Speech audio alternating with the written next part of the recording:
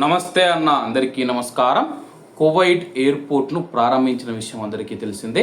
ఈ నేపథ్యంలో Kuwait airport 4 దశల్లో పూర్తి స్థాయిలో ప్రారంభిస్తామని చెప్పి Kuwait director general of civil aviation అధికార ప్రతినిధి అబ్దుల్లా ఆల్ రాజీ గారు ప్రకటించారు. ప్రయాణికులు మరియు ఉద్యోగుల భద్రతను కాపాడుతూ సురక్షితమైన మరియు వ్యవస్థీకృత పునరాగమనాన్ని నిర్ధారించడానికి ఫలితాలు మరియు పరిస్థితుల ఆధారంగా వేగవంతం చేసే లేదా ఆలస్యం చేసే అవకాశాలతో 3 నుంచి 4 దశల్లో మేము కువైట్ ఎయిర్పోర్ట్ను ఓపెన్ చేస్తామని దానికి యంత్రాంగం ఒక ప్రణాళికను రూపొందించిందని చెప్పి ఆయన వెల్లడించారు. ప్రస్తుతం మొదటి దశ అయితే విజయవంతంగా పూర్తయిందని చెప్పేసి, రెండవ దశలో స్థిరత్వ సూచికలు అందుబాటులోకి వచ్చిన తర్వాత విమానాల సంఖ్యను పెంచడం, గమ్యస్థానాలు క్రమంగా విస్తరించడం పైన ప్రయత్నాలు కేంద్రీకరించబడతాయి.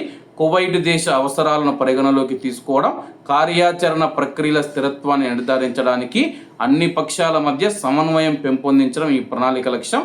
తిరిగి కార్యకలాపాలు ప్రారంభించడానికి ఒక ముఖ్యమైన అంశంగా పరిగణిస్తూ, అలాగే ప్రస్తుతం కువైట్ ఎయిర్పోర్టు ప్రణాళికలో భాగంగా ఇతర విమానాశ్రయాల నుంచి అనుమతి పొందడం తప్పనిసరి.